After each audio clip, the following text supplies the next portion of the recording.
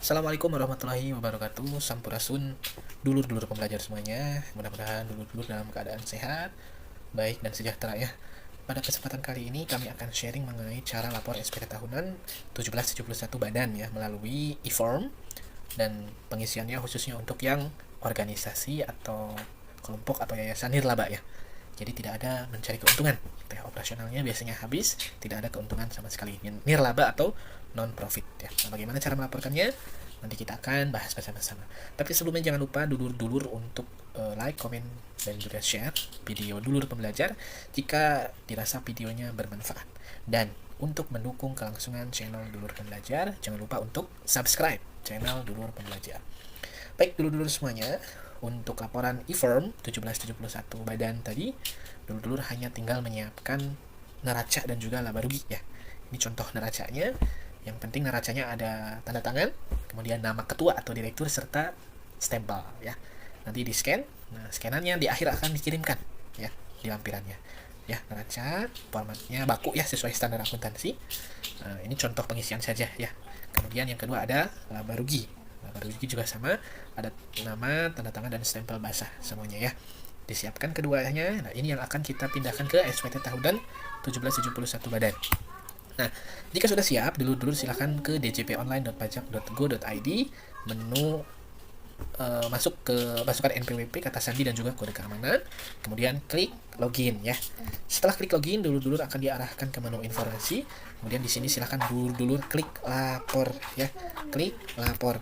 Setelah klik lapor, dulur-dulur silahkan klik e-form PDF ya. Dan pastikan dulur-dulur klik e-form ya, dan ini hanya bisa digunakan atau diisi di laptop atau personal komputer ya, belum support pada handphone. Baik, setelah diklik logo e-form, dulur-dulur silahkan, jika belum mengunduh Adobe PDF Reader, silahkan unduh Adobe PDF Reader terlebih dahulu. Tapi jika sudah, silahkan dulur-dulur klik buat SPT ya, klik buat SPT. Nah, setelah klik buat SPT, nanti akan diarahkan seperti ini ya.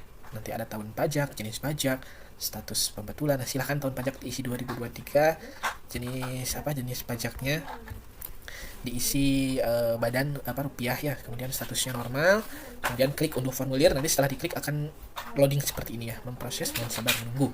Nah, jika dulu sudah klik unduh formulir, nanti akan muncul e-form yang terdownload, kemudian silahkan di save ya. Setelah di save, formulir tersebut silahkan dibuka dengan cara open with Adobe Acrobat Reader yang tadi di-download ya, dan pastikan download Adobe Acrobat Reader-nya yang 32 bit ya. Setelah di open with Adobe Acrobat Reader, dulur-dulur akan diarahkan ke SPT tahunan yang sudah dulur-dulur yang akan dulur-dulur isi ya.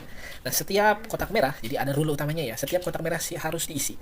Kalau nggak diisi, dulur-dulur pasti tidak akan bisa membuka halaman sebelumnya atau halaman setelahnya atau halaman yang akan dulur-dulur buka. Nah, jadi silakan diisi kotak merah semua yang ada di lampiran. Nah, yang pertama silakan di sini ada kotak merah nomor telepon, dulur-dulur silakan isi nomor telepon dulur-dulur yang aktif yang bisa dihubungi ya. Setelah diisi silakan pilih panah, kemudian pilih lampiran, semua lampiran kita buka satu persatu ya supaya ada gambaran. Dan prinsip SPT tahunan ini kita mengisi dari belakang ya. Kita mulai dari lampiran khusus 7A. Nah, lampiran khusus 7A ini adalah kredit pajak luar negeri. Nah, kalau perusahaan yang besar biasanya ada ya, tapi kalau misalkan kayak nirlaba, ini hampir bisa dipastikan nggak ada ya. Kalau nggak ada, dikosongkan saja. Kemudian lampiran 6A. Nah, lampiran 6A adalah lampiran perhitungan pasal 26 26 ayat 4. Ini juga halnya ke penghasilan PPh pasal 6 itu 26 itu luar negeri juga kalau nggak salah ya. Ini kalau ada aja yang diisi, tapi kalau nggak ada dikosongkan saja. Kalau nirlaba pasti kosong biasanya ya. Lanjut ke halaman 5A. Ini lampiran khusus mengenai daftar cabang utama kalau mempunyai cabang. Kalau nirlaba pasti tidak ada. Kita lanjut ke lampiran 4A. Ini 4A fasilitas penanaman modal. Ini diisi kalau ada, tapi nirlaba pasti tidak ada. Ini dilewat saja ya. Jadi banyak yang dilewat dan tidak ada kotak merah yang ada di sini yang wajib diisi. Lanjut ke 3A2. 3A2 transaksi dengan pihak yang memiliki hubungan istimewa ya, merupakan penduduk negara tax haven country. Di sini ada penjelasan rincinya ini kalau ada, tapi kalau nirlaba biasanya tidak ada. Dilewat saja. Langsung ke halaman sebelumnya lagi, lampiran khusus 3A1. Ini penyertaan transaksi dalam hubungan istimewa kalau ada. Nah, kalau nirlaba biasanya tidak ada juga. Lanjut ke 3A sama, biasanya tidak ada hubungan istimewa. 2A juga sama kompensasi kerugian fiskal dikosongkan. Ini penyusutan. Ini kalau ada aset, kemudian dulur-dulur menghitung penyusutannya, masukkan di sini. Nah, kalau tidak ada atau bingung, ini dikosongkan saja ya. Apalagi misalkan yang nilabanya kecil-kecil gitu ya, apalagi yang nggak punya aset atau asetnya hanya bentuknya kas, misalkan kelompok gitu-gitu ya. Jadi kosongkan saja. Terus isinya kapan nih Kak? Nanti ya. Lanjut ke lampiran 6. Ini penyertaan modal pada perusahaan afiliasi. Kalau ada perusahaan afiliasi, kalau nirlaba pasti tidak ada, lewat lagi. Lanjut ke lampiran kelima. Nah, ini yang harus diisi di lampiran 17715. Daftar pemegang saham. Nah, kalau misalkan perusahaan atau yayasan atau badan dulur-dulur ketika pendiriannya ada penyertaan modal dari si A, si B atau pemerintah A, pemerintah B, silakan masukkan di sini satu persatu. Modalnya berapa, kemudian berapa persen ya. Dirinci nama penyetor, alamat penyetor, NPWP penyetor, sama modal store berapa dan persentasenya berapa, serta alokasi dividen yang dibagikan juga berapa. Oke. Kalau nggak ada, ini cukup diisi karena merah ya, jadi wajib diisi. Namanya yayasannya dulur-dulur ya. Yayasan contoh misalkan, atau alamatnya juga di mana, jalan mana, NPWP yayasan, kemudian jumlah modal store-nya 0 dan pilih 100%. Ini kalau tidak ada modal di setor. Nah, selanjutnya adalah daftar susunan pengurus dan komisaris. Nah, di sini minimal diisi oleh ketua atau direktur satu saja. Tapi kalau misalkan ada sekretaris, ada komisaris, ada apalagi bendahara, ada staf dan lengkap ya, bisa diisi. Tapi minimal satu diisi oleh nama direkturnya saja. Seperti yang kami contohkan di sini ya. Ini lampiran kelima. Jika sudah, silakan dulur-dulur kembali ke panah atas dan pilih lampiran keempat. Nah, di lampiran keempat ini adalah pajak penghasilan final. Kalau ada saja, misalkan menerima bunga deposito, bunga obligasi, atau misalkan ada proyek ya. Ini kalau ada saja. Kalau yang penghasilan bersifat final. Kalau yayasan biasanya tidak ada, ini dikosongkan saja. Selanjutnya ada jenis penghasilan lainnya di luar penghasilan final. Kalau ada, tambah. Kalau nggak ada, nggak usah diisi. Termasuk penghasilan yang tidak termasuk objek pajak. Ini misalkan ada bantuan, hibah, dividen, iuran, dan lain-lainnya. Sesuai ada di kelompok di sini, silahkan diisi. Kalau nggak ada, nggak usah diisi, dikosongkan.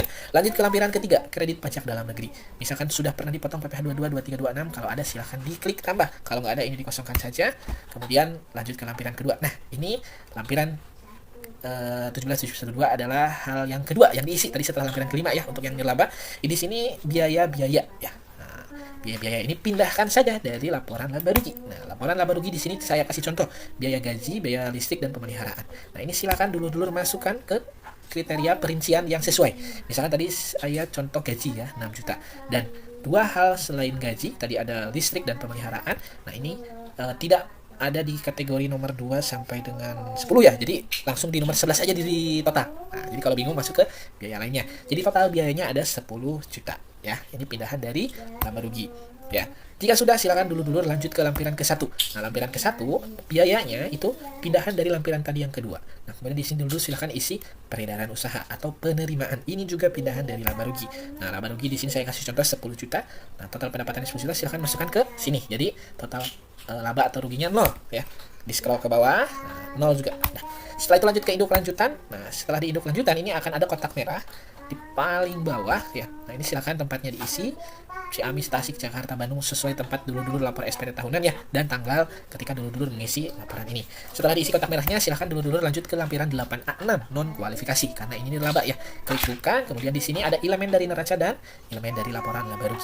Elemen dari neraca ini pindahkan dari neraca yang sudah dulur-dulur isi dan siapkan ya.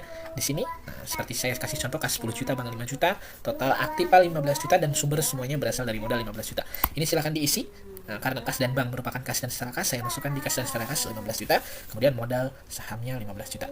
Gitu ya. Jadi balance ya neracanya. Setelah itu elemen dari laba rugi, ini dari laba rugi yang dulur-dulur tadi isi ya. Tadi ada pendapatannya 10 juta, biayanya juga 10 juta. Ini bisa pindahkan dari lampiran ke 1 atau dari laba ruginya langsung ya. Jadi di sini tidak ada laba, tidak ada rugi. Setelah selesai ini, silahkan scroll lagi ke atas, kemudian klik sebelumnya, dan setelah itu klik kirim. Nah, ini sudah mulai di tahap akhir. Silahkan klik unggah, kemudian lampirkan laporan keuangan minimal neraca sama laba rugi tadi, kemudian dalam bentuk PDF ya, maksimal 20 MB, kemudian klik open. Nah, setelah klik open, di bawah ada silakan masukkan kode verifikasi yang bisa dilihat di email. Nah, di email terdaftar akan ada kode verifikasi. Nah, ini muncul ketika tadi kita klik unduh formulir. Nah, kode verifikasi tersebut contohnya seperti ini ya.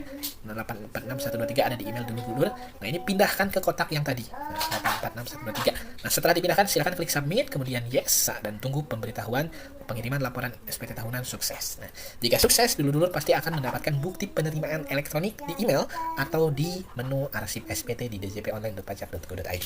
Dan itu tandanya dulur-dulur sudah lapor SPT tahunan. Mudah-mudahan. Terima kasih, mudah-mudahan bermanfaat. Itu saja. Assalamualaikum warahmatullahi wabarakatuh.